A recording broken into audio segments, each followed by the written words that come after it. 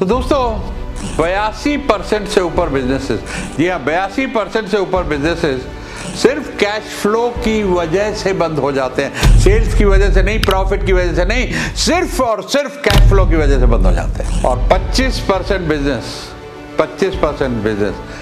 5 साल या उससे आगे टिक पाते हैं। और उनका हाल ये रहता है कि बिजनेस में पैसा तो आ रहा है, आई चलाई लगी हुई है, टर्नओवर काफी है, लेकिन पैसा रुकता नहीं है, टिकता नहीं है। तो एक कहावत सुनी होगी आपने कि रेवेन्यू वैनिटी होता है, या रेवेन्यू इज वैनिटी, इंग्लिश में बोलूंगा। Profit is sanity, cash is king. मतलब रेवेन्यू वैनिटी होता है, प्रॉफिट सैनिटी होता है, कैश जो होता है ना वो असली बिजनेस का राजा होता है, जिसमें कहते हैं कैश फ्लो एक रियलिटी होता है। तो दोस्तों प्रॉफिट एक नंबर है, आपको दिखाता है आपने 10% कमाया, 20% कमाया, 50% बनाया, लेकिन क्या आपके पास पैसा है? बैंक में पैसा है, घर में पैसा है, कैश है कि नहीं है? आपका बिजनेस प्रॉफिटेबल होने के बावजूद भी क्या ब्रोक है, क्या तकलीफ में है? तो चलो देखते हैं। तो रमेश भाई की बात करते हैं। इनका एक टेक्सटाइल का बिजनेस है और भैया तकरीबन 1.5 करोड़ का इन्होंने प्रॉफिट कमाया, लेकिन बैंक बैलेंस 1 लाख है। भाई 1.5 करोड़ का प्रॉफिट है तो बैंक बैलेंस 1 लाख कैसे हो गया? ये बात कुछ समझ में नहीं आ रही ना, हजम नहीं हो रही। आइए मैं एक्सप्लेन करता हूँ। और उसके अलावा EMI पे नहीं हो रही है, सैलरी ड्यू है और लोन लेना पड़ रहा है सैलरी देने के लिए, वेंडर्स की पेमेंट के लिए, EMI देने के लिए, लोन पे लोन बढ़ रहे हैं। धंधा बढ़ा रहे हो कि लोन बढ़ा रहे हो यार? तो प्रॉब्लम क्या थी? अब प्रॉब्लम था उधार ज़्यादा दे दिया, 2 करोड़ मार्केट में फंसा था। अब उसके बाद एक और गलती, इन्वेंट्री। या इन्वेंट्री होता है जो आपके पास रॉ मटेरियल वगैरह धंधे में पड़ा रहता है ना, वो ज़्यादा हो गई। इन्वेंट्री की रोटेशन एफिशिएंट नहीं है, अच्छी तरीके से इन्वेंट्री रोटेट नहीं हो रही है और बहुत सारा डेड स्टॉक फंस गया है। एक तो वैसे इन्वेंट्री ज़्यादा जितनी ज़रूरत है और उसके बाद डेड स्टॉक फंस रहा है, और सैलरीज और फिक्स कॉस्ट आपका प्रॉफिट खा रहे हैं। तो रिजल्ट आया टेंशन, स्ट्रेस और फाइनेंशियल प्रेशर। पेपर पे प्रॉफिट, रियलिटी में ब्रोक। पेपर पे धन, तिजोरी में धन है ही नहीं। तो सोच के बताइए अपने बिजनेस को, जरा कमेंट करके बताओ। थोड़ा सा ध्यान से अपने बिजनेस के बारे में सोचो और कमेंट करके बताओ कि क्या आपका यही हाल तो नहीं है कि चोपड़े में धन है, तिजोरी में धन नहीं है। सेल्स बढ़ रही है, प्रॉफिट बढ़ रहा है, लेकिन आपके पास कैश नहीं है, लोन बढ़ रहा है, स्टाफ की सैलरी टाइम पर नहीं दे रहे हो, वेंडर्स की पेमेंट टाइम पर नहीं कर रहे हो। तो 5 मिस्टेक्स, जी हाँ 5 ऐसी गलतियां करते हो जो आपको ब्रोक रखती हैं, आपके बिजनेस को लिटरली कंगला रखती है। ब्रोक को अगर हिंदी में बोलो ना, बुरा मत मानना, कंगला रखती हैं। तो पहला रिसीवेबल है भाई, पैसा लेना कितना बाजार से, तो आप उधार दे रहे हो बहुत। मुझे याद है मैंने सिलीगुड़ी में एक प्रोग्राम किया था आज से कुछ साल पहले, पूरे दिन का।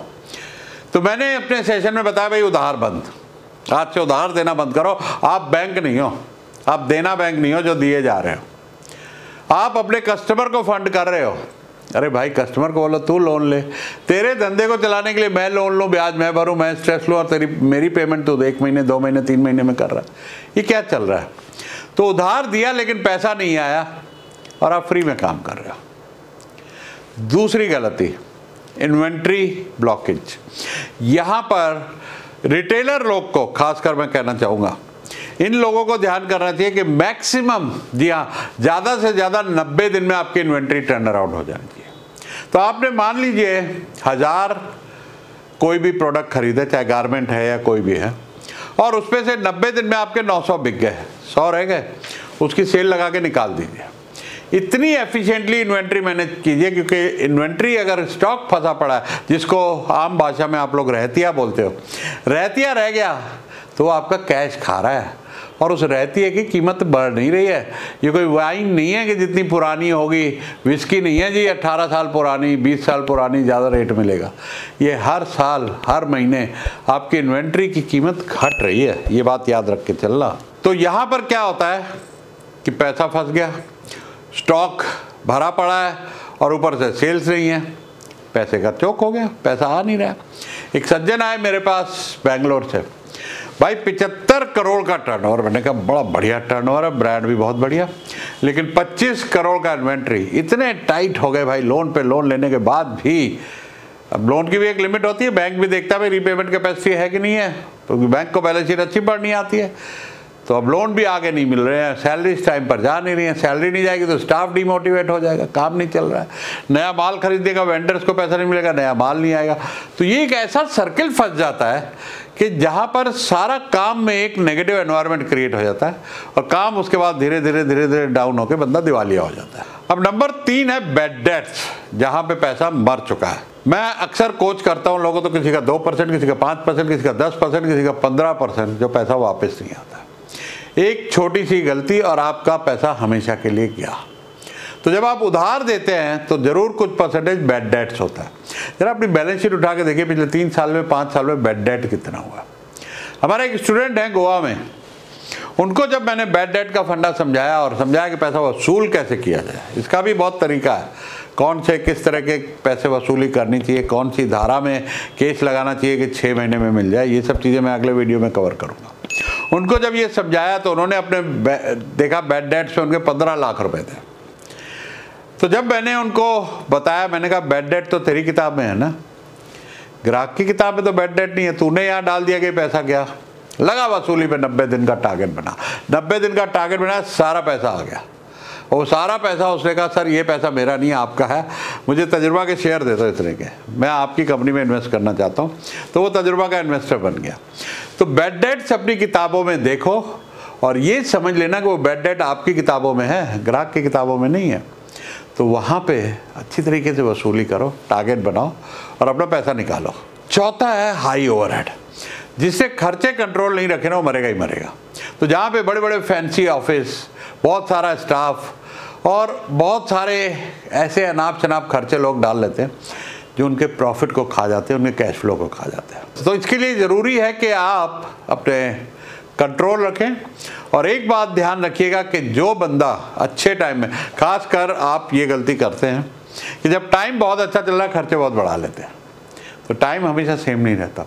जो कंपनी लीन रहती है, माना टाइट रहती है, खर्चों पे कंट्रोल रहता है, वो अच्छे बुरे टाइम में सब में चलती है। और 5वां रॉन्ग प्राइसिंग स्ट्रेटजी। अगर आप 500 का प्रोडक्ट बेच रहे हैं और जिसकी कॉस्ट 480 है, मार्जिन पता कितना 20, ये मार्जिन कभी आपको कमाने देगा नहीं यार, कभी आपको बरकत नहीं देगा। तो मार्जिन अच्छा होना चाहिए, कम से कम 10% से। मैं एक बड़ी स्टेटमेंट दे रहा हूँ, ध्यान से सुनना। 10% से अगर कम नेट प्रॉफिट है ना, तुम्हारा बिजनेस आईसीयू में है। तुम कहोगे मेरा ट्रेडिंग है, उसमें 2-3% का तो प्रॉफिट होता है, ठीक है माना, पर तुम फिर फास्ट टर्नओवर कर रहे हो। क्या तुम 100 करोड़ 1000 करोड़ का टर्नओवर कर रहे हो, तब तो कहो 2% कमाना भी ठीक है। टर्नओवर कर रहे हो 10 करोड़, उसमें 2% क्या होता है भाई? कौन सा अपने पे प्राउड फील कर रहे हो कि जी ट्रेडिंग में तो 2%। और ट्रेडिंग में भी यार थोड़ी इनोवेशन हो, नई आइटम लाओ। 20-30% मैंने कमाते देखा है लोगों को, खुद कमाया हुआ है मैंने। एक बार परफ्यूम का बिजनेस किया था, ट्रेडिंग में 100% का मार्जिन था भाई, डिस्ट्रीब्यूटर से उठाते थे, ऑनलाइन बेच देते थे। बाद में प्रॉफिट कम हो गया तो हम निकल गए उसमें से, क्योंकि कंपटीशन आ जाता है। तो कंपटीशन आ गया तो निकल जाओ। प्रॉफिट के बगैर धंधा क्यों करना? क्योंकि प्रॉफिट के बगैर धंधा करना, सूप पीते ना फोर्क से, कांटे से, यूं यूं करते रहोगे, ये डोले बन जाएंगे, पेट नहीं भरने वाला तुम्हारा। तो दोस्तों समझ आ रहा है कि नहीं आ रहा है जो मैं कह रहा हूँ? तो कमेंट में लिखो कि समझ आ रहा है और आप अपने बिजनेस में से सबसे बड़ी गलती कौन सी कर रही हो। अब आता है कि कैश फ्लो का फार्मूला क्या है, इसको संभालो कैसे। अब ध्यान से मैं आपको सॉल्यूशन भी दे रहा हूँ। प्रॉब्लम समझ में आ गई तो लिखो समझ में आ गई, अब समझो सॉल्यूशन। पहला, हर महीने अपना प्रॉफिट एंड लॉस और कैश फ्लो स्टेटमेंट बनाओ। पहला तो कैश फ्लो स्टेटमेंट बनाओ, बाकी बाद में आते हैं। कैश फ्लो स्टेटमेंट क्या होता है? जो पैसा आपके पास आया, चाहे वो लोन से आया, चाहे वो ग्राहक से आया, चाहे आपने घर से डाला, ये सारा पैसा आया। महीने में आपके अकाउंट में 10 लाख रुपए आए या 50 लाख आए या 1 करोड़ आए, और वो आपके खर्चे कितने हुए, उसमें से पैसा कहाँ कहाँ गया। अब इस पर आप कुछ देखेंगे कि अगर यहाँ पर एक्स्ट्रा लोन आया है, पिछले साल लोन 10 लाख था, इस साल लोन 50 लाख हो गया, ये 40 लाख कहाँ गया? नीचे दिख रहा है कैश में बैलेंस के लग गया धंधे में, इन्वेंट्री में लग गया।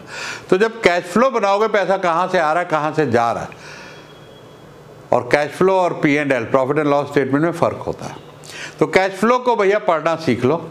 जब कैश फ्लो पढ़ोगे पैसा कहाँ से आ रहा है कहाँ जा रहा है तो तुम्हें धंधे की सही समझ में आएगी। तो पहला, हर महीने कैश फ्लो स्टेटमेंट बनाओ। दूसरा, उधार मत दो। कहो भैया उधार तो 100 साल से हम दे रहे हैं। तो मैं सिलीगुड़ी की बात बता रहा था, उन्होंने कहा जी जब मैंने कहा उधार बंद कर दो, कहते हम तो 100 साल से उधार दे रहे हैं, हमारा तो धंधा ही ऐसा है। मैंने कहा परेशान हो इतने सालों से धंधा? हाँ परेशान। तो मैं कहा रोज़ बैंकों के चक्कर लगाते हो, लोन लो, चेक पास कराओ, तब जो ज़माने में चेक होते थे अब तो नहीं है। बोले हाँ देते। मैंने कहा भैया आज भी टाइम है, वो चलने दो, मैं नहीं कह रहा हूँ बंद करो, लेकिन ऐसा करो इनोवेशन, ऐसा प्रोडक्ट लाओ, ग्राहक एडवांस देना। मेरा 100% धंधा एडवांस पेमेंट का। आप भी अगर थोड़ा सा आंख बंद करके सोचो तो बहुत सारे बिजनेसेस को, बहुत सारे सप्लायर्स और वेंडर्स को एडवांस दे रहे हो कि नहीं दे रहे हो। कई तो ऐसी फिक्स हैं कि अगर केबल का पैसा नहीं भरो नेटफ्लिक्स का कट जाएगा, टेलीफोन मोबाइल का बिल नहीं भरो कट जाएगा, प्रीपेड में तो वैसे ही एडवांस देते हो, पोस्ट पेड में टाइम पे नहीं दिया तो कट जाएगा। तो या तो ऐसी कंपनियों के साथ काम करो जैसे अमेजॉन है, फ्लिपकार्ट है, इनकी पेमेंट अगर 1 तारीख को ड्यू है तो 1 तारीख को रात को 12 बजे से पहले अकाउंट में पैसा आ जाएगा। तो वहाँ पे आप अपना प्लानिंग कर सकते हो कैश फ्लो की। लेकिन जहाँ उधार का पता ही नहीं, हमारे एक भाई रिश्तेदार थे, लेडीज सूटों का काम करते थे, बड़े खुश, मेरा 300% मार्जिन। मैंने कहा वाह भैया बहुत बढ़िया, मेरी सेल भी बढ़ रही है, बहुत बढ़िया। पैसे कितने दिन में मिलते? बोले 90 दिन में। कारीगरों को कितने दिन में देते हो? सर हर हफ्ते सैटरडे को पेमेंट, स्टाफ को हर महीने, सैलरी हर महीने, बिजली हर महीने। कपड़ा बोले इम्पोर्टेड है, सिल्क है, वो अगला माल डालता है पैसा ले जाता है। मैं कहा मरेगा तू एक दिन। बोले प्रॉफिट बहुत है मेरा, 100% मुनाफा है, 5 की चीज़ पड़ती 10 में 15 में बेचता मैं, तब भी मरेगा। अब वो 90 दिन कब के 120 हुए, 120 के कब 150 हुए, कब 180 हुए, 6-6 महीने 8-8 महीने का उधार चला, लोन लेते गए, घर बिक गया, सब खत्म हो गया, ग्राहक पैसा मार गए और भाई साहब की डेथ ही हो गई स्ट्रेस के मारे। तो भाई उधार इतनी खतरनाक चीज़ है और 80% MSME उधार में ही डूब जाते हैं। तो एडवांस पेमेंट पे काम करो। तीसरी चीज़ है स्मार्ट प्राइसिंग स्ट्रेटजी। तो आप अपने प्रॉफिट पे ध्यान रखो यार, अगर प्रॉफिट होगा तो ही तो कैश आएगा। तो 10% और 30% मार्जिन में फ़र्क होता है। नेट प्रॉफिट को 10 से ऊपर लेके चलो। इन्फोसिस का प्रॉफिट देखोगे 30% से ऊपर नेट प्रॉफिट है। तो प्रॉफिट पे अपनी नज़र रखो और कैश फ्लो पे नज़र रखोगे, इन्वेंट्री में, उधारी पे नज़र रखोगे, तो आपके पास हमेशा बैंक में सरप्लस कैश और FD पड़ी रहेगी। और 1 साल के आपके पास खर्चे कम से कम बैंक में FD में रहने चाहिए, क्योंकि अच्छा बुरा वक्त आता है, कोविड आता है, बहुत सारी चीज़ें आती हैं। तो बिजनेस में मैं हमेशा कहता हूँ never run out of cash. ध्यान से सुनना, आपके पास कैश खत्म माना धंधा खत्म, तो never run out of cash. अब एक और स्टोरी बताता हूँ। मेरे स्टूडेंट थे भैया संदीप, तकरीबन 10 करोड़ का टर्नओवर था, लेकिन कैश फ्लो में सिर्फ 5 लाख रुपए पॉजिटिव। रिसीवेबल हाई, खर्चे हाई, इन्वेंट्री हाई, पैसा ब्लॉक हो रहा था। तो धीरे धीरे जब उनको समझ में आया तो उन्होंने उधार को बंद किया, ऐसा प्रोडक्ट लाए जहाँ पे एडवांस ले रहे थे या डिलीवरी पे पेमेंट, और साथ में अनप्रॉफिटेबल क्लाइंट को हटा दिया, प्रॉफिटेबल क्लाइंट लाए और कैश फ्लो को मॉनिटर करना शुरू किया। 6 महीने में या 6 महीने में बैंक का लोन ख़त्म किया और साथ में बैंक को लोन दिया। मतलब समझ रहे हो मैं क्या कह रहा हूँ? बैंक को लोन दिया माना बैंक में एफडियाँ पड़ी थी सिर्फ 6 महीने में। तो ये फ़ायदा होता है कि no tension, no stress, full financial freedom. अगर आपको बैलेंस शीट पढ़नी आ गई, प्रॉफिट एंड लॉस बनाया, हर महीने कैश फ्लो स्टेटमेंट बनाया, उधार को कंट्रोल किया, बंद किया, और अगर दे रहे हो ऐसी कंपनियों को जहाँ से टाइम पे आता है तो इनवॉइस फैक्टरिंग करा लो, ताकि आपको इनवॉइस बनाते ही पैसा मिल जाए। बहुत सारी कंपनी आई है, गूगल पे सर्च करना, इसको इनवॉइस फैक्टरिंग बोलते हैं। आपने इनवॉइस बनाया, वो आपको उसके आगे 90% पैसा दे देंगे। तो दोस्तों, अगर बिजनेस चलाना है तो कैश फ्लो को स्ट्रॉन्ग रखो, कैश फ्लो रिपोर्ट हर महीने देखो, एडवांस पेमेंट लेने की आदत डालो, ऐसा प्रोडक्ट लाओ, ऐसी इनोवेशन करो, एक्सपेंसेस पे टाइट कंट्रोल रखो, प्राइसिंग स्ट्रेटजी को स्मार्ट बनाओ, प्रॉफिटेबल प्राइसिंग करो। अब वो इनोवेशन करोगे, नया प्रोडक्ट लाओ तो प्राइस भी मिलेगी आपको। और अगर बिजनेस का कैश फ्लो टाइट है, तो आज से चेंज करना शुरू करो और कमेंट करके बताओ क्या आप कैश फ्लो इशू पेश कर रहे हो और इस वीडियो से सीख के अपने कैश फ्लो को कैसे कंट्रोल करने वाले हो, इसमें से क्या चीज़ें लगाओगे, एडवांस पेमेंट मॉडल पे कैसे जाओगे, प्राइस को कैसे बढ़ाओगे। वॉरेन बफेट का एक बढ़िया कोट है कि अगर प्राइस बढ़ाने से पहले भगवान को प्रार्थना करना पड़े तो शायद आप गलत बिजनेस में हो। तो प्राइस बढ़ाने की पावर है कि नहीं, कि प्राइस बढ़े लेकिन आपकी सेल्स कम ना हो, और बहुत सारे बिजनेस ऐसे होते हैं। और अगर आपको लगता है कि आपको बिजनेस मेंटरशिप चाहिए तो डिस्क्रिप्शन में ईमेल आईडी है मेरी टीम की, कांटेक्ट कीजिए। मेरे बहुत सारे प्रोग्राम हैं, ग्रुप प्रोग्राम है, 1-to-1 है। टीम से कांटेक्ट कीजिए और मैं आपको सिखाऊंगा कि किस तरीके से आप एक सॉलिड बिजनेस बना के इस लेवल पे कि आप आईपीओ लेवल तक पहुंच जाएं, जहाँ पे कैश ही कैश हो, आप कैश के समुंदर में खेलें और अपने बिजनेस को दिन दूना रात चौगुना बढ़ाएं, जगह जगह ब्रांचेस खेलें, कंपटीशन को खरीदें, बिजनेसेस खरीदें, M&A करें और एक लार्ज स्केल बिजनेस बढ़ें, एक ब्लू चिप कंपनी बने। तो चैनल को फॉलो करें ताकि बिजनेस के पावरफुल वीडियोस आपसे मिस नहीं हो। बेल आइकॉन दबाएं और 5 लोगों से कम शेयर करके कमेंट में बताएं कि सर मैंने 5 लोगों के साथ वीडियो शेयर कर लिया। Thank you.